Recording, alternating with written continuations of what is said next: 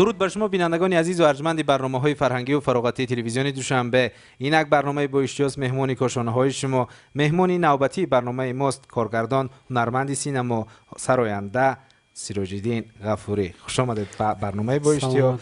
خب بگوید که این شما چی آماده می‌سازیم؟ برای ما کدام محصولات لازم می‌شود؟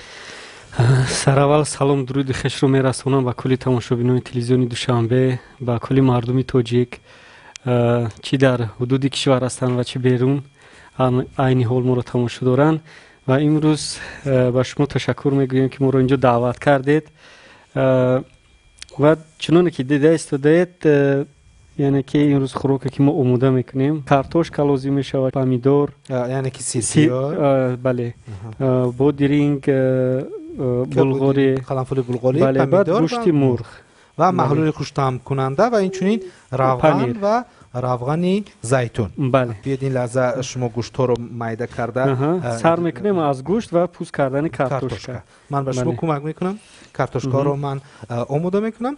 خب سیراج‌الدین، شما که همچون یک هنرمند، همچون یک کارگردان در بین مردم شناخته شدید. الکی مخلصان میدانند که سیراج‌الدین در چندین فیلم ها نقش آفریده است. در چندین فیلم ها در برابر نقش آفریدن، یعنی که این چنین در برابر نقش آفریدن خود تهیه‌گر فیلم ها است و این چنین سرود هم می‌سراید بهر مخلصان. و میخواستم انمی روی آوردن شما به همچون صنعت کسبی سینما.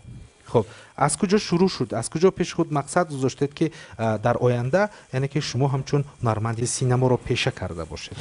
راستیگه وقتی که اونی خوردی در مکتب تحصیل میکردیم، همین خیلی یک هوس هنرمندی در دل یعنی که جوش میزد.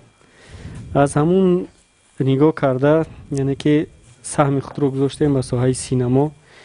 وقتی که در صنف نهم میخوندم با خود پیشه کرده بودم که یعنی که سهم خویش رو در همین جمعیت گذارم که یعنی که زنده آباد میگن که انسان رو نامیش نکو میگرداند، نه اینکه مثال گریم دارایی و دیگرش. برای نام زنده شدن بله. خب بله. چون شما از ایام کودکی یعنی قصه کردید از ایام مکتب خونی، گفتید که بسیار ذوق و هوس زیاد بود به همین هنرمند شدن. خب ایام کودکی چگونه پس سر شد؟ کدام مکتب رو ختم کردید؟ ایام کودکی من ختم کرده یعنی که ختم کننده لیسه گیمنازیای به نام ابوالفضل شهر وحدت میباشم. در آنجا یعنی بهاهای خوب و اعلا، بیشتر بهای اعلا داشتم و با بهای اعلا خوب ختم کردم و این چنین دانشکده دولت صنعت تاجیکستان رو، یعنی دانشکده دولت فرهنگ و صنعت تاجیکستان. بله. در کدام شعبه تحصیل کردید؟ شعبه فاکولته تئاتر بدیعی، شعبه اکتور دراما و کینو با دیپلم سرخ یعنی اعلا ختم کردیم. از اون یعنی دانشجویی کار و فعالیت خویش رو از در کورس چهارم تحصیل میکردیم الکی آغاز کرده بودیم. خب سیراج‌الدین، چون از سخن از ایام کودکی رفت و گفتید که از خردی مهر داشتید که یعنی که صنعتکار باشید، روی صحنه هنر باشید، روی صحنه سینما باشید. اما پیش از آن که ما در بابت صنعت سینما صحبت کنیم از زمان کودکی، خب گفتید که در مکتب تحصیل میکردید.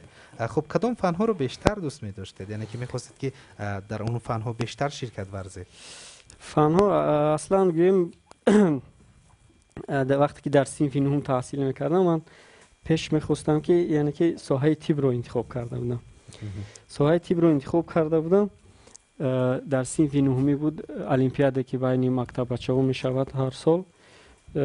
در المپیادی یعنی که همین اشتراک کرده در جمهوری یعنی که جای دوم رو گرفتگی بودم. یعنی که از آناتومی انسانی، آناتومی بیولوژی همه چی آگاه هستم تا هنوز. بعداً رو آوردم به تاریخ، یعنی که تاریخ رو بیشتر آموختگی. سپس ادبیات یعنی که زبان ادبیات اساسی ساحه صنعت گویم یکی از ریشه های مستحکم گرداندن صنعت یعنی که ادبیات، بله زبان ادبیات است. بیشتر زبان ادبیات رو مطالعه می‌کردم. اول کمی اون رو با محلول های خوش‌طعم کننده یک جای میکنیم. سپس یعنی که ما کارتوشکا ها رو نیز آماده میکنیم، یعنی که پی هم اون رو در روغن تصفن یعنی که میزیر بونیم. پس اون یعنی که میبینیم که سیروژیدین باز چگونه یعنی که این خوراک رو آماده میکند. خب گفتیم که چون در فنهای دقیقی مکتب شرکت می‌ورزیدید، محفل های مکتبی چگونه پسی سر میشدن؟ محفل های مکتبی نبود همون لحظه که یا که همون محفلی که یعنی که بدون ما گذرد در همش اشتراک میکردیم. صحنه ها یعنی عموده میساختن، همچون به حیث کارگردانی همون صحنه، به حیث نقش آفرنده همون صحنه بسیار با استادان پسند می اومد. همیشه میگفتن که یعنی به اوی اعلا میدادن، یعنی که میگفتن که بیا همین پیشه رو پیشه خود کن. یعنی که شما از خورده هوس زیاد بود، یعنی که میخواستید که در آینده طبیب باشه، دکتر باشه. چی سبب شد که شما رو آوردید به صنعتی کینو، به صنعتی هنرمندی؟ همین خیلی یک در آدمیزاد رفلکس هست، رفلکس های شرطی و غیر شرطی. رفلکس های شرطی یعنی که ارثی است، از نسل به نسل میگذرد. رفلکس های غیر شرطی باشند یعنی که عادت کردن به چیزی، به کسی، یگم یعنی که خاراکتر انسانی عادت میکنی. از همین لحاظ وقتی که بسیار مطالعه میکردم، به جز اون که یعنی که کتاب های درسی میخوندم، یعنی که در مکتب به غیر از این کتاب هایی بودن که مثال تیپ قدیم، دیگر کتاب هایی بودن اویدی یعنی که همین ساحه تیپ بود، اما رو مطالعه میکردم و بیشتر یعنی که جراحی کردن، چگونه جراحی میکنم، خیلی چیزو بسیار تماشا میکردم و روزیگه با همین فکر و با همین چیز خوب میکردم. بعد بیشتر همین خیلی خوبی میدیدم که همه وقت جراحی کرده ایستادم، خیلی درونی خون و تلف هم خیلی چیز بود.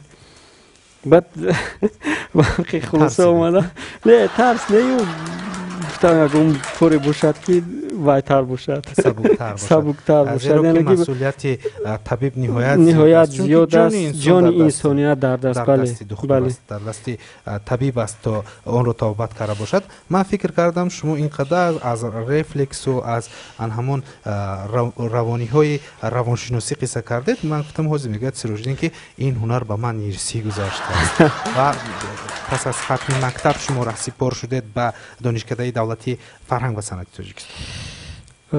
راست که بودجت هایم رو به دانشگاه ملی سپاریدم اول سر اول، یعنی که مناسبت های بین المللی سپاریدم. بعد هم خیلی با خلاصه اومدن همراه پدرم وقتی که صحبت کردم گفت بچم پگاه از خودت گیلمند شو، برای که این کسب که انتخاب میکنی همیشه تو رو همراهی میکند، نان میدید و میکند. بعد با خلاصه اومدم که باید مکانی من یعنی که جای من همین دانشکده صنعت باشد.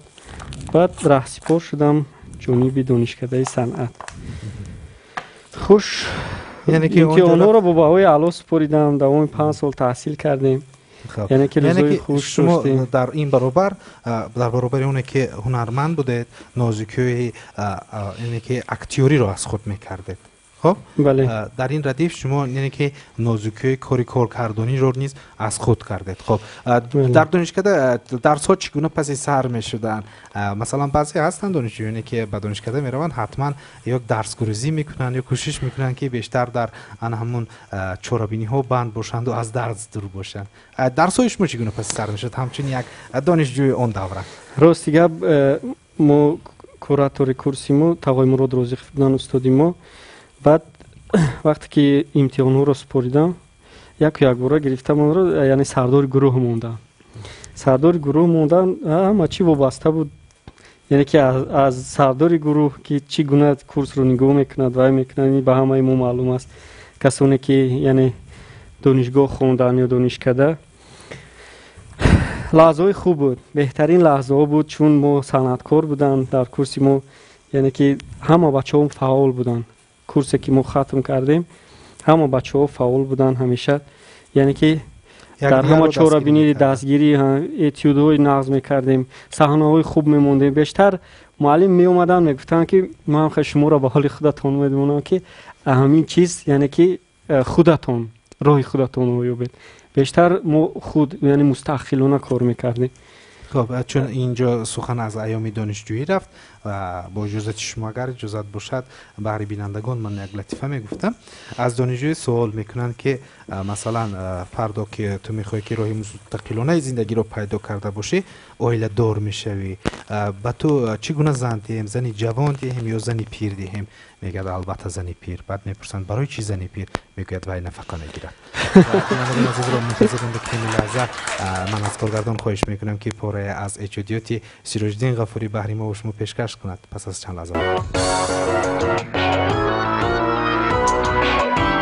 بینندگان عزیز گرامی، برنامه بایشتی ادامه دارد و خاطر رسان میکنیم که مهمان نوبتی برنامه ماست کارگردان، هنرمند سینما و سراینده سیراج‌الدین غفوری و عین حال بینندگان عزیز ما روغن را آماده کردیم، گوشت مرغ را آماده کردیم، کارتوشکا ها را پوست کردیم و عین حال من به تازه کردن سیر پیاز شروع میکنم و سیراج‌الدین باشد برای آماده کردن همین کارتوشکا ها.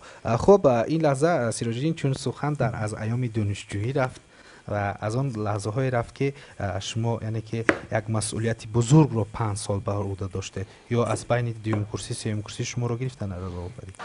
وقتی کورس چهارم میخوندم از اون حسابی که یعنی در کورس چهارم تحصیل میکردم آخری کورس بود. در کورس سوم در یک فیلم دعوت کرده بودن، یعنی کاستینگ شده گذاشته بود. سعید قادری با نوارگیری فیلم بود. کدام فیلم؟ نشان زندگی. اونجا از کاستینگ گذاشتیم، یعنی که نوارگیری سر شده بود الکی همراه یعنی استادان در اونجا یعنی بگیم که میدان نوارگیری رفته بودیم. از اون حسابی که کار بسیار شد در چهارم کورسی الکی من فیلمی با فکرم به همگان معلوم است 4 قسمی اولی فیلم بیهوده خورم میکنی، یعنی همچون به حیث کارگردان تهیه‌گر این فیلم بودم. از همین حساب که کار بسیار بود یعنی سرداری گروه رو با برادر عزیز که این حال نیز در همین سمت فعالیت دارد، محیدین مظفر، یعنی که با اون کسب پریدند.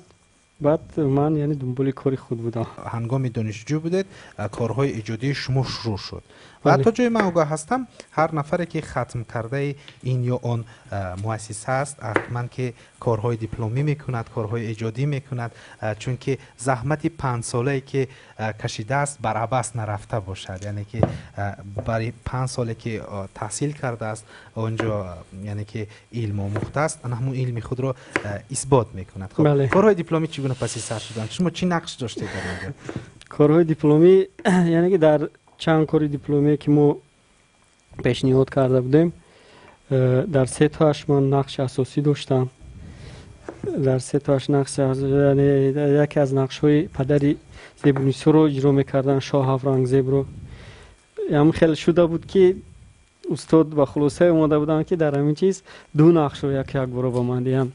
از اون سببی که همون گویم که وای خود رو گرفته نتونستن، یعنی که دیده نتونستن همون نقش رو درکی دیده نتونستن از همکورسو بین همکورسو. بعد با خلاصه اومدن که یعنی که اورنگزیب رو بازی کن، برای که اورنگزیب با میرزا بیدیل یعنی که صحنه‌ای داشتن که یک جایه بودن. من گفتم استاد نمیشود خیلی میشود. بعد خلاصه گپ یعنی یکی از نقش‌هایی که کمتر گویم که مشکلی میداد برای که یک شخصی کلان رو، یک شخصی که هم درد داشت درونی وای، هم گویم که یک باری کلانی دولت و دولت داری بالای این همه، یعنی که دخترش که همه دخترها میدونیم ارکچه پدر هستند، از همین لحاظ همین کمتر مشکلی میداد. لیکن یک چیز رو در دوام انا همین گویم که کارهای دیپلمی به دست آوردم، یعنی که گویم که بهترین چیز رو گویم بهترین گنج رو هنگامی که استاد تقوی مراد رازقوف با صحنه میگذاشتن، بعد یک روز ما گپ زدیم، هم خیلی صحبت داشتیم. بعد میگفتن زنده گپ زنید، زنده گپ زنید، آزاد باشید، آزاد. بعد من گفتم که استاد ما دوام مدت 5 سال فقط برای انا همین چیز ما تحصیل کردیم، یعنی که برای زنده گپ زدن. گفت بچم همون چیزی که برای تو در کار بود همچون هنرمند همون چیز رو تو یافتی، یعنی که موفق شدی. بعد یعنی من اینجا حیران شدم که زنده گپ زدن از مرده گپ زدن چی فرق داشته؟ نه، زنده گپ زدن این است که مثال آزی بیشتری در فیلم های ما دیده می شود، در دوبلاژ های ما دیده می شود که یعنی که ساخته گپ میزنن. مثال وقتی که سخن رو میگیرن، سخن رو گپ زدن در کار، سخن رو خوندن در کار نیست. یعنی همین فرقیت، یعنی که وقتی که ما هنرمند سناریو رو میگیرد وای رو میگیره، وای علاقه سخنی تیار است، وای سخنی خودش نیست که سخنی که وای از خود کرده شده است و باید مردم رساند به تماشابین. یعنی که همون سخن زنده رو بار دیگر، یعنی که بله، سخن رو زنده گپ زدن معنی و به همین مقصد. خب بینندگان عزیز رو منتظر نمیکنیم، این لحظه فکر میکنیم که کارتوشکای ما آماده شد، گوشت مرغ آماده شد، وارد دیگ میکنیم. بله، این لحظه مرد سحر از خواب میخیزد و به کار رفتنی می شود که دخترچش دویده میاد. چی خیلی کش مفته که دخترها کمی یعنی که ارکای خانه می شود. میگه پدر جان من شما رو به حد دوست میدارم، بیاید من شما رو ببوسم. و دختر پدر باشد میگه نه مادرت بوسید، دیگر پول ندارم. و عزیز چون این لحظه ما یعنی که کارتوشکا ها رو آماده کردیم، اکنون ما پنیر یا اینکه پنیر فرق ندارد، یعنی که سیرکو رو بله، از سیر پیاز، یعنی سیر پیاز استفاده میبریم. هر یک نفر که یک بارگاه هنر رو ختم میکند حتما که به این یا این اون مؤسسه و کار سفر بر کرده می شود. شما به کجا سفر کردید؟ کورس که ما یعنی که باید ختم میکرد، ما ختم کرده، یعنی که تئاتری به نام محمود جان وحیدوف تئاتر جوانان بودیم. بعد از ختم مکتب باید رهسپار میشدیم انا همین تئاتر. بعد که ختم کردیم یک قصه جالب بود، یعنی که از حیات دانشجویی و از حیاتی و در همین مدت شیرعلی عبدالقیسوف، یعنی که مدیر کافدره شعبه اکتوری دراما و کینو شدن. بعد با استاد امروی استاد یک کار دیپلمی نیز ماندگی بودیم از شاهنامه. بعد دعوت کردن، یک روز گفتن که سیراج‌الدین خیلی بیا همینجا درس ده در دانشکده همچون آموزگار خیلی چیزی که ما آموختیم، اما مهارت گوییم، اما چیز در دیده می شود اومده همینجا درس ده به دیگران باز اون مکتب رو ادامه دهیم. من گفتم خب مایلش استاد. بعد گفتم استاد یک سوال. گفتن مایلش. گفتم که معاش خیلی معاش. بعد گفتن خیلی 500 سوم است، اون وقت کم بود. گفتن 600 میشد، خیلی ماهی انور میشد. گر خیلی بود تئاتر با میروی وای با میروی. بعد من خیلی خنده کردم و دیگر یگام چیز نگفتم. بعد یک روز در یک محفل شده بودیم، بعد گفت من یک قصه میکنم. یک دانشجو داشتم، یک شاگرد، مدت 5 سال درس دادیم، ختم کرد. بعد گفتم که خیلی بیا یک ادامه درس در دانشکده و دیگران، یعنی که شاگردا رو. بعد یک خنده کرد و را گفت استاد چند سوم معاش؟ ما گفتم که خیلی 500 سوم 600 سوم میشود، خیلی 1000 سوم میشود. آهسته آهسته یک خنده کرد و رفت. میگه او شاگردی من میدونست که ما باید در 250 سومی 5 سال درس دادگی. یعنی که خیلی خلاطو بودن استادا، بزرگی استادای ما. یعنی که چون سخن از استاد رفت، چون سخن از یعنی که صنعت و هنر رفت، یک استاد دانشکده وقتی که میخواد یک فیلم رو نوار برداری کند، اما هنرمندانش نمیرسن و میخواد که از حساب اون نفرانی که دل باخته این همین صنعت و هنر هستند و میخوان که در فیلم ها نقش آفرن، اونها رو یک آزمون میکند و دعوت میکند و یک دختر میآید و میخواد که در همون نقش اساسی بازی کند. و کارگردان وقتی سیمای او رو میبیند به حد اونقدر زیبا نیست، اونقدر بسیاری بد زیبایی خود رو از دست داده است و اونقدر زیبا نیست و میگه که چرا تو میخوای که نقش عزازی رو بازی کنی اما تو سیما نداری، حسن نداری. میگه بیزیب باشم برای اونه که چشم نکنن. و بینندگان عزیز، چون این لحظه من باری اول چون این خوراک رو میبینم که هنرمندان در برنامه آماده میسازن، بهر همین نمیتوانم پیشکی گویم که عین حال ما چیکارها رو باید به انجام خواهیم رسون و فکر میکنیم که اولین کار میکنیم ما کارتوشکاها رو وارد توبهمون میکنیم، چون که بله روغن تفسون شده است. نگفتید که پس از ختم به کجا رهسپار شدید؟ پس از ختم چون گفتم یعنی که خوری خش رو در کورس 4 تحصیل میکردم. یک پرودیوسر رجب علی قلندروف اومده پیشنهاد کردن سناریو رو، یعنی که همکاری کنیم با سناریو فیلمی بهوده خورا میکنیم بود. و خودی همون سال یعنی که شروع کردیم، وقتی که تحصیل برآمدگی بودیم شروع کردیم. یعنی که در هنگام تعطیل؟ بله تعطیل برآمده بودیم، شروع کردیم فیلم رو. بعد در یعنی که همون 4م کورس بودیم، در 4م 5م کورسی هم فیلم بود هم کارهای دیپلمی بودن، یعنی که باری گرم بوده در سرمون. از همین لحاظ کار که شروع شد، وقتی که به فیلم وارد شدم یک مدت در تئاتری به نام جوانان به نام محمود جان واحدوف یعنی فعالیت کردم. یعنی که فعالیت رو از اونجا شروع کردید؟ بعد دیدم که کمتر هم با مشکلی که هست، یعنی که هم در صحنه تئاتر هم سینما، بعد روی سینما رو بیشتر پیگیری کردن. بله.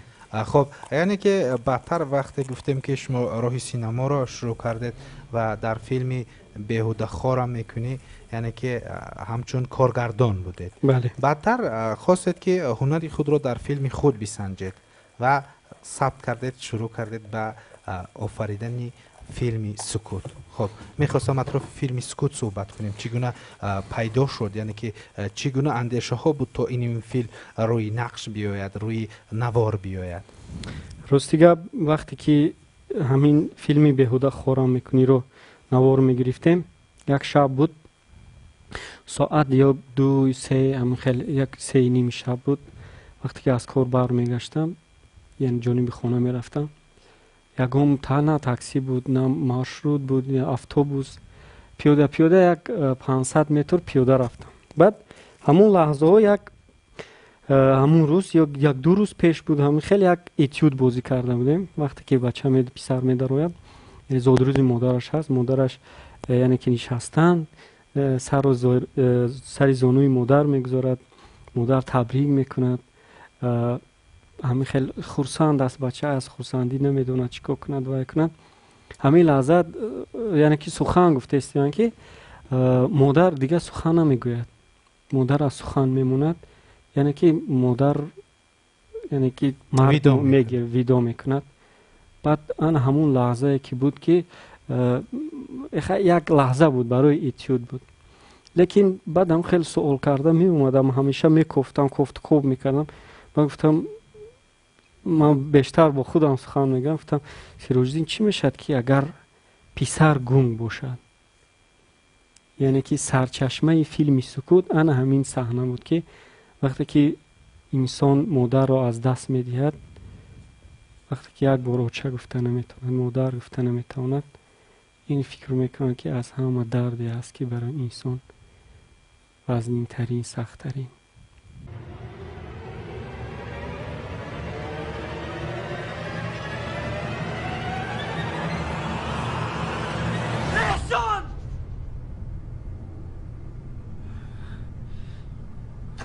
احسان، خورشید، برادرانی من،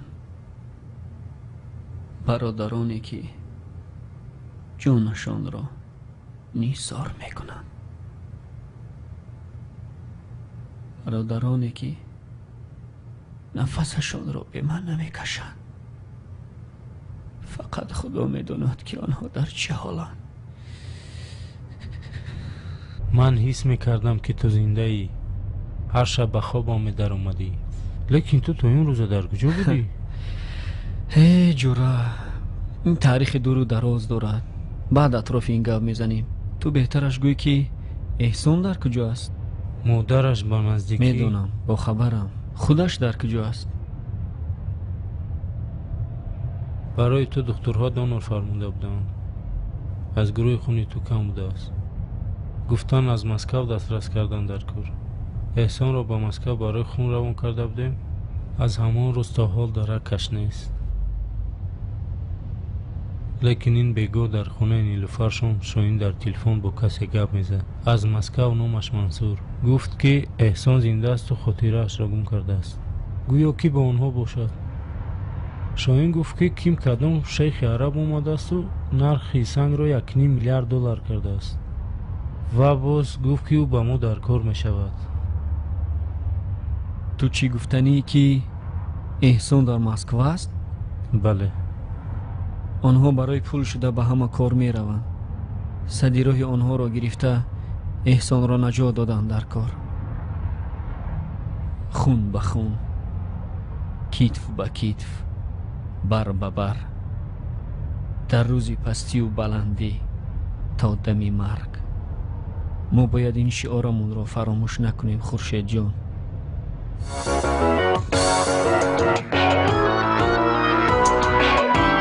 بینندگان عزیز و گرامی، برنامه با اشتیاق ادامه دارد و خاطر رسان میکنیم که مهمان نوبتی برنامه ماست هنرمند سینما، کارگردان سیراج الدین غفوری و سرپرست برنامه ماست شرکت قنادی 3 تا 5. و این لحظه بینندگان عزیز ما با روغن الف، یعنی که گوشت مرغ رو، دل مرغ رو، یعنی که گوشت لحم مرغ رو یعنی که آمیخته کردیم و اینچنین محلول های خوش‌طعم کننده نیز آمیخته کردیم و اینچنین کارتوشکا ها رو آماده کردیم. عین حال ما قلمفوری بلغاری رو آماده میکنیم و تا لحظه که روغن ما گرم می شود، باور کنید بینندگان عزیز، اولین هنرمند است که ما فراموش کردیم که آتش تفدان رو باید گریان. و عین حال بینندگان عزیز، یعنی که ما منتظر میشیم تا روغن ما گرم شده ایستد و در این برابر یعنی که ما همون سیر پیاز هایی که بودن یعنی که آن را یعنی که خوب کوفتیم، یعنی که از توپ تراشه گذراندیم، با مرغ آمیخته کردیم و اکنون چند لحظه دم میگیرد و اون لحظه که روغن ما یعنی که گرم می شود، اولین کار یعنی که ما کارتوشکا ها رو نیم پخت میکنیم.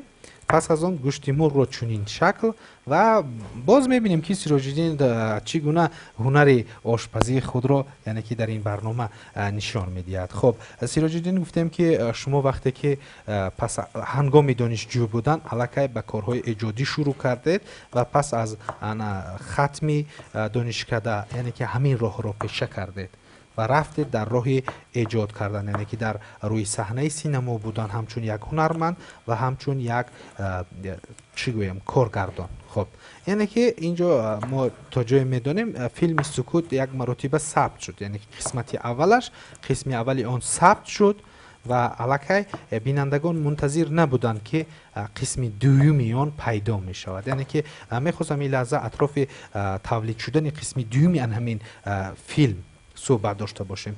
چگونه شد این فیلم؟ یعنی که خواستید که این فیلم را دوام داده باشه. یعنی چون قسمت یکمی این فیلم پیشکش تماشابین گردانده شد، مردم بسیار نقص قبول کردند.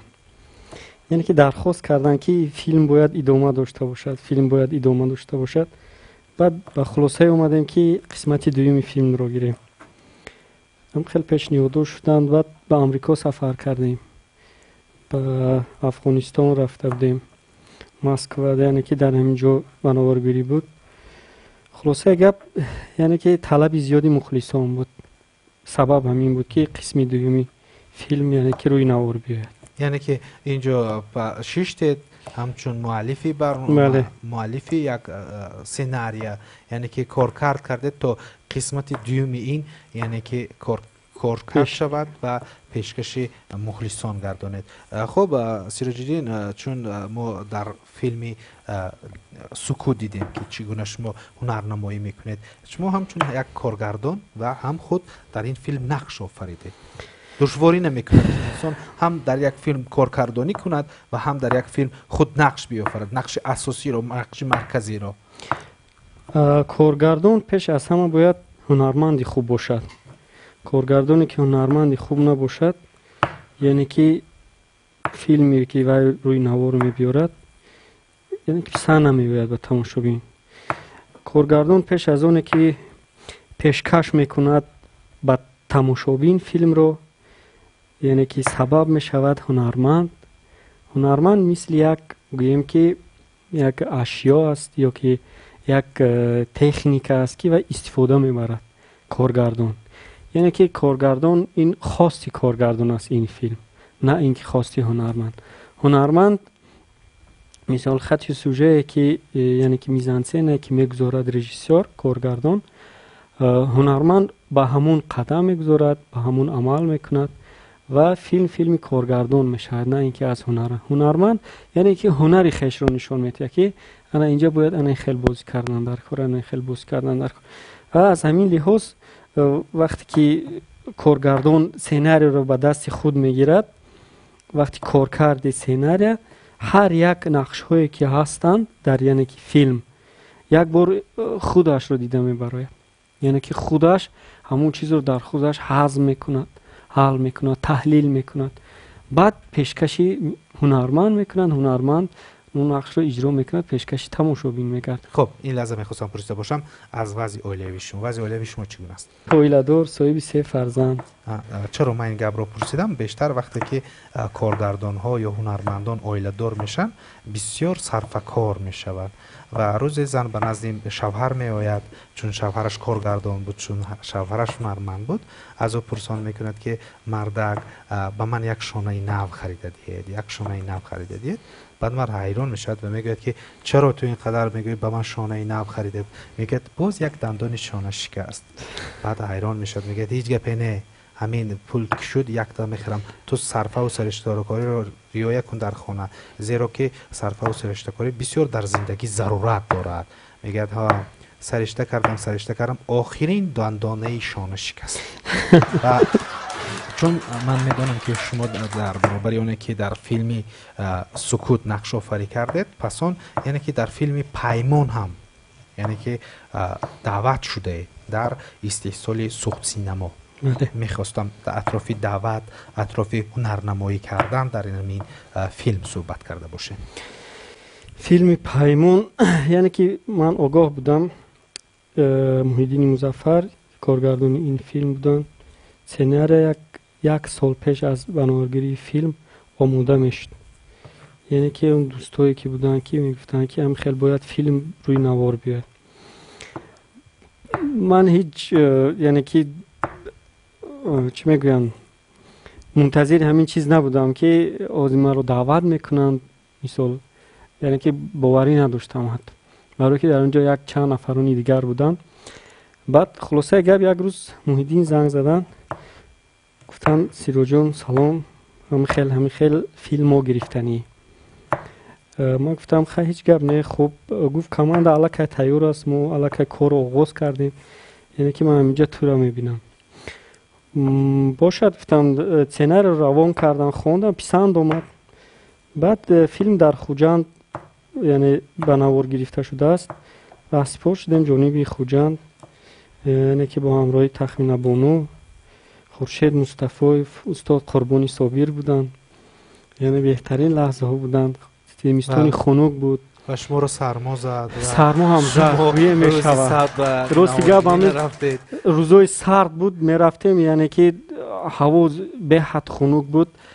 یک نقش اجرا میکردم، ماشین میدرآمدم نزدیک پیچ ماشین، کم ترگار میشدم و پوپشی توفلیای تنوک بودن، یکی به اونجا کار میکفتم، کوچه ها دا میگشتیم و میکردیم. بسیار هوا سرد بود، زمستان بود. هم خیلی حالتش شد که یک روز شمال خوردم، وقتی که یک روز پیش تمرین میکردیم برای یک صحنه دوتاز داشتیم، یعنی که نزد تیریزه شدم، همونجا شمال خورد پشت، یعنی که همون رگهای عصب بوده است در پشت انسان، همونا شمال خورد. یک شب آمدیم مهمان خانه آمدیم، یعنی که پشت در کرد همین خیلی شد که جنبیده نشد. پگاه باید نوارگیری فیلم باشد اونجا، علاقه همه قریب 100 نفر یعنی گروهی فیلم سازا بودن و یعنی که اکتیورها بودن، کاسکادیورها بودن، دیگر خلاصه گپ نشد. همین شب قبل دیگه جنبیده نشد. سحر آمدیم یعنی که میدانی نوارگیری. بعد من گفتم یک کم تر خودم رو گرم کنم، کم تر گرم کردم. یک خیلی با دویم آشیانه دویده بر آمدم، از اونجا دویده فر آمدم، گفتم کم تر سرد بود، خرسان شدم. لیکن وقتی خیلی یک کریدوری دراز بود، هم خیلی گویا که کسی از زمین پشتی گردن گرفته در زمین میزند، همین خیلی حالت داشت. گپ زدن نمیتونم، فریاد کنم، جیغ زنم که نزدیک بیاید، همین خیلی حالت رسیدم. بعد خلاصه گپ همون کورته که در بدنم بودن و زیر دندان کرده جوخیده، بعد از جایم خستم اویستا اویستا اومدم نفس کشی حتی تنگ شد نفس کشیده نمیشد بعد رفتیم دکتر رفتیم گرفته بردن دکتر یک دو تا اوکول کردن از امین ستون مهره هم خیالت بود که محیدین همراه بود محیدین علاقه قریب بهوش شده بود از اون که اوکول میکردن فیلم تو با اخیر نرسیده بود بعد یک 2 روز یا 3 روز هم خیلی معالجه کردیم بعد کمتر یعنی سال شدیم بود دوام دادیم خیلی حالتهای وزنین بود. جناب شما چیزی رو گم کرده؟ تو؟ مگیر تا حالم دهنیالا مونده یا؟ تو چی؟ در اینجا کار میکنی؟ محافظ؟ مشاور آید به امنیت 65 سومونی.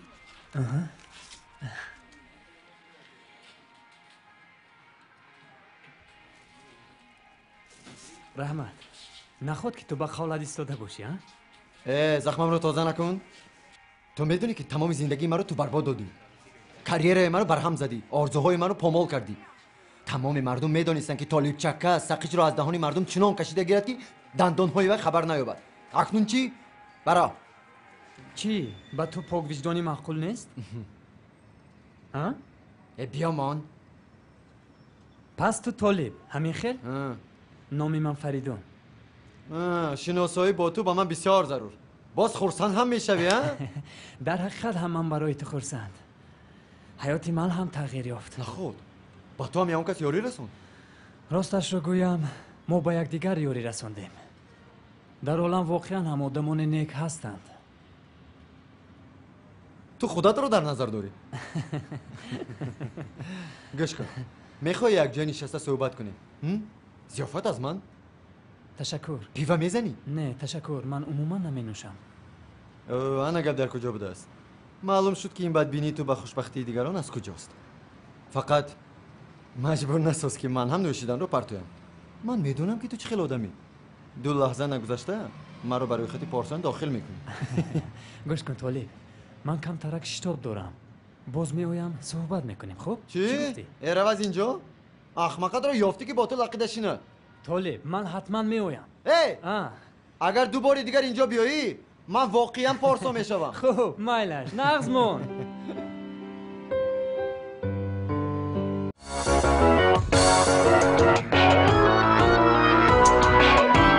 بینندگان عزیز گرامی برنامه با اشتهای ادامه دارد و خاطررسان میکنیم که مهمان نوبتی برنامه ماست هنرمند سینما سیراج‌الدین غفوری و این لحظه بینندگان عزیز سرپرستی ماست شرکت قنادی 3 تا 5 عین حال ما کارتوشکا را با چنین شکل بریان نمودیم و این چنین گوشت مرغ را بریان نمودیم و فرصتی آن فرا رسیده است که عین حال ما همین پنیر را از ترب تراشک گذرانیم برای خوراک ما آماده سازیم و این چنین یعنی که ما تمام این قسم هایی که قسمان پخته و قسمان خام است یعنی که با هم در همون کاغذ های سختی که برای آشخانه لازم است یعنی که برای تفدان همه این محصولات رو نگهداری میکنیم میچینیم و داخل تفدان میکنیم و چند لحظه منتظر میشویم تا خوراک ما آماده شده باشد. بعد از فیلم پیمان هم خیلی یک به خلاصه اومده بودم که باید من خودم فیلمی خودم رو یعنی که آماده ساختن گیرم یعنی که سناریوی فیلم رو خیلی یک ایده بود در سر که باید یعنی که تولید شود بعد سناریو خلاصه اگر یک چند سال پس بود یک روز اومده همراه دوستم یعنی که سینای ابراهیم در همون فیلم نقش آفریده بودن همراه یکم جا میشتیم صحبت میکردیم اطراف همین فیلم بعد یک روز هم خیلی یک الهام ایجادی اومد که در خونه ما همه چیزم بود الکی یک چند ورق خودت خیلی ویاد نقشه کشی کرده بودم الکی صحنه ها رو آماده میکردم و میکردم همون روز یعنی که نصفی روزی بود خیلی صحبت کردیم که همون چیزی در کاری اومد برای ایجادکار همین است میشود بعضی وقتا که صحنه میبیاید فرق ندارد ساعت 1 است 2 شب 3 شب است دلی شب است یا که نباشد و باید سراسیموار روی ورق آوردن لازم مقصد فیلم رو الکی روی یعنی که ورق آوردیم یعنی که این وقتی که بله. روی برق آمد الکی الکی انتخاب شد هنرمندان و فیلم ثبت شد بالاخره پیشکشی مخلصان گردانده شد. مخلصان گردانده شد. بعد آماده کردیم همه رو. بعد دوام 1 ماه بود 2 ماه بود. چی نقصان ها است یعنی چی کمبودی ها است که امروز جای فیلم های تاجیکی رو یعنی که فیلم های خارجی میگیرد و چی باید کرد تا کینوی تاجیک رشد کند؟ یعنی که در اینجا همچون یک متخصص من از شما میخواستم پرسیده باشم چی مشکلات است؟ مشکلات یگانه مشکلات همین است اگر کدام فیلم آفری رو نپرسی یا نگویی که یعنی که چی مشکلی داره امروز، یعنی که فیلم کم است، یعنی که نوارگیری کم است، فیلم های نو نیست، فقط میروند میگویند یک سخن میگویند که ما مبلغ نداریم، ما سرپرست نداریم. ما سرپرست داریم، ما مبلغ داریم، فقط اون مبلغی در فیلم صرف می شود یعنی که وای باید خراجات خودش رو براره. مثال وقتی که من یک فیلم میگیرم در حجم مثال 500,000 سومون، اون فیلم باید یک این همچون شو بیزنس شدگی فیلم باید درآمدش از 1 میلیون گذرد که من دفعه دیگر مثال آینده یک فیلم میگیرم که بله یک فیلم دیگر میخوام گیرم، یک فیلم میگیرم که یعنی که بودجت همون فیلم باید از 1 میلیون زیاد باشد و همون رو دیده وابسته همون فیلم خود رو میگیرم. یعنی که هم بگیم که جای کاری میشود، هم فیلم پیش میرود. برای این چیکار کردن در کار؟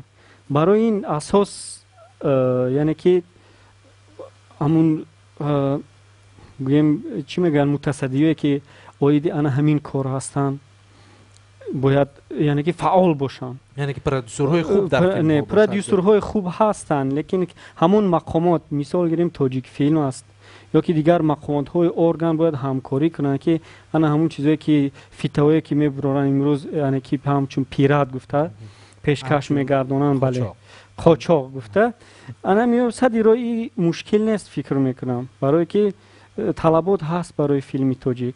بعد فیلم خوب میشود باید یک گویم که خیلی که حوزی در زبان امروزه از ست میگوین یک ست باید شود یعنی که یگانه شود. وقتی که یگانه که شد مقصد میاد شرطنامه میکند صاحب فیلم با همراهی همین مقامات، این فقط این مقامات میتواند به فروش برارد و فروخته میتواند. از اون حساب یعنی فایز خود رو میگیرد صاحب فیلم، مقامات صاحب مبلغ خود رو میگیرد، بودجت به دولت میرود مثال و دیگرها یعنی که بسیار آدم‌ها صاحب جای کار میشوند، دولت نیز باید میشود. یعنی که راه ها هستند یعنی که حل دارد یعنی که باید جست راهی حل را و بله. این لازم من یک صحبت دیگر میخواستم پرسیده باشم، یک سوال دیگر میخواهم پرسیده باشم. یعنی که شما در برابر اونی که کارگردان هستید فیلم میآفرید، در فیلم ها همچون کارگردان یا همچون هنرمند نقش میآفرید.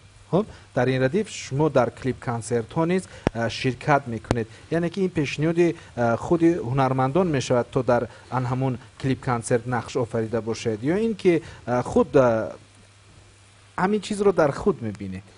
نه اکنون اصلا گویم در فیلم یعنی که کمک میپرسند بیشترشون مقصد در بابت سناریوی فیلم و سناریوی کلیپ و این چونین خودشون تکلیف میکنن که باید شما همین در همین یعنی که کلیپ کنسرتی که ما میکنیم یعنی که نقش داشته باشید با درخواست خودی هنرمندا میشن یا که پرودوسرای هنرمندا هستن یا اینکه کارگردان هایی که همون کلیپ رو نوار میگیرن.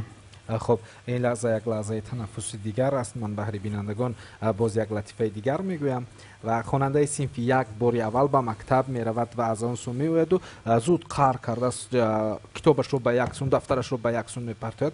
بعد مادر حیران میشد میپرسد دخترم به تو چی شد که اینقدر همه کتاب ها رو میزنید؟ میگه شما گفتید که مکتب تا نصف روزی این 11 سال بود است کو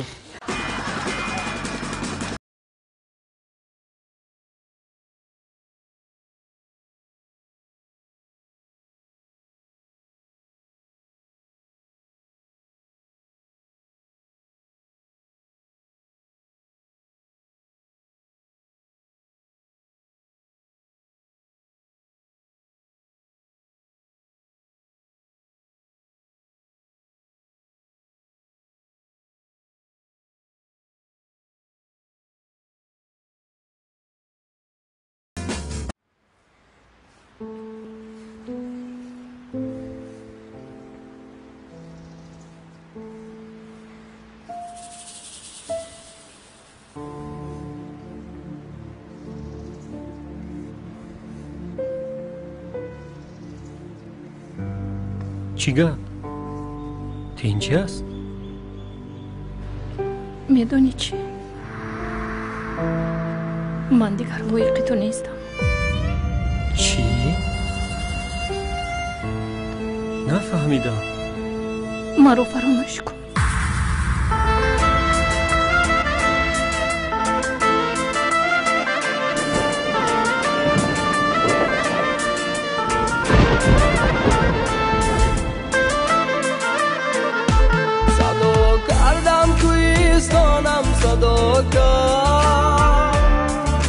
سنگی مرا آب و ادا کرد، سنگی مرا آب و ادا کرد. ایلوها این دوا در جانش افکن، هر آن کس که مرا از تو جدا کرد، هر آن کس که مرا از تو جدا کرد. باران بارانم نمی باران گریان نالان ابری بهاران غمگین غمگین خاطر از آرام. زمین جدا سما جدا در هم یار. باران بارانم نمی باران گریان نالان ابری بهاران غمگین غمگین خاطر از آرام. سما جدا دردم یارم.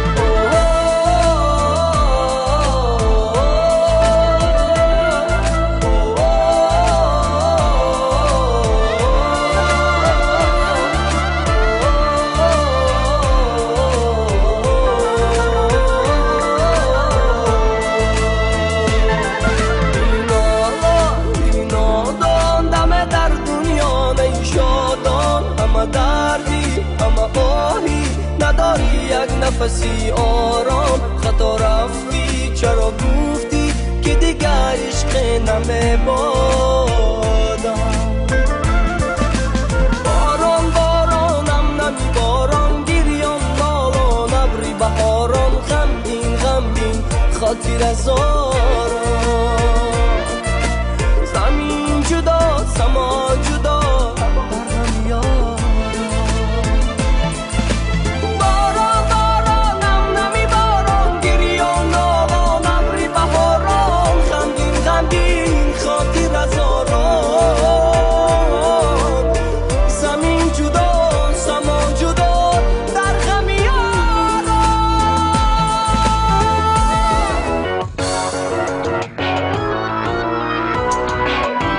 بینندگان عزیز گرامی، برنامه با اشتهای ادامه دارد و خاطررسان میکنیم که مهمان نوبتی برنامه ماست هنرمند سینما سراینده و کارگردان سیراج‌الدین غفوری. و عین حال خوراک ما آماده گردید، اما تا این لحظه سیراج‌الدین نگفتند که این خوراک را چی نامگذاری کردن. و عین حال بینندگان عزیز ما خوراک را از تفدان میبراریم و قسمی از آن را بریده در این طبق، یعنی که پیشکشی من میکنند و من از آن چشیدن میکنم و از طعم و لذتی آن به شما میگویم که تا کجا طعم و لذت دارد و هنری آشپزی میتواند برآمده باشد سیراج‌الدین غفوری. انا میدونم تو چه اندازه با شما معقول میشود نامگذاری میکنیم ژگورمه. ژگورمه. چرا ژگورمه؟ ژگورمه این هم خیلی یک وای گورجی هست، گورجی ها وای میکنن استفاده میکنن. بله ژگورمه. عین حال من فکر میکنم که ما یعنی که این خوراک رو بریده یعنی که پیشکش میکنیم با روی. خوش این رو خیلی این طرز میبریم و پس از اون خب فکر میکنم که این لحظه ما از آن همین توبه کلان تفتانمون یعنی که یک قسمت اساسی خوراکمون که در آنجا آماده گردیده است یعنی که آن را گرفته به طبق میگذاریم و گردی آن کمی آن همین پمیدارهای زیبای خردی که هستن و اینقدر یعنی که حسن خوراک رو باز هم زیباتر میگردانند و امروز ما توجه میکنیم به زیبایی خوراک نه برعکس بلکه به طعم و لذت زیرا که سیروجدین این خوراک پزی رو دیر باز میپزد بیشتر امروز خواست یک خوراکی آماده کرده باشد که در این برنامه کسی آماده نکرده است تا امروز. بینندگان عزیز چون فرصت فرا رسید ما از این خوراک میچشیم از طعم و لذت آن به شما میگوییم که تا چه اندازه سیروجدین توانست از عهده پختن یک خوراک برآمده باشد و این لحظه ما از این خوراک چشیدن میکنیم. و بینندگان عزیز اول ما پمیدارها را کمی از سری راه بهره میکنیم زیرا اگر خوراک با لذت باشد چند مرتبه میچشیم، اگر با لذت باشد یک مرتبه.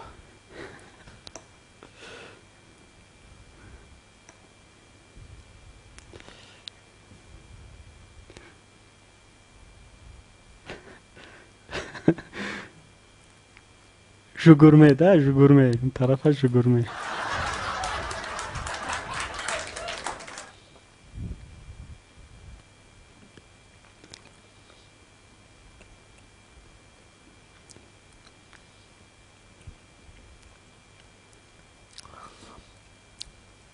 من فهمیدم که چرا شما این خوراک را جگرمه نام کردید. بینندگان عزیز هنگام خاییدن این خوراک به مثل سقیچ است، میخواهید حل نمیشه و باور کنید در اصل با اون خصوصیت های خودش با لذت است، یعنی که آنقدری که میخواهید اون باز با لذت تر میشود. احسن به شما برای اشتراک در برنامه، برای یک خوراک آماده ساختن، برای وقتی خود را دریغ نداشتید آمدید در برنامه شرکت ورزیدید و اینجا از نام سرپرستی برنامه شرکت قنادی 3-5 من یک شیرینی به شما هدیه میسپارم. من تشکر زیاد.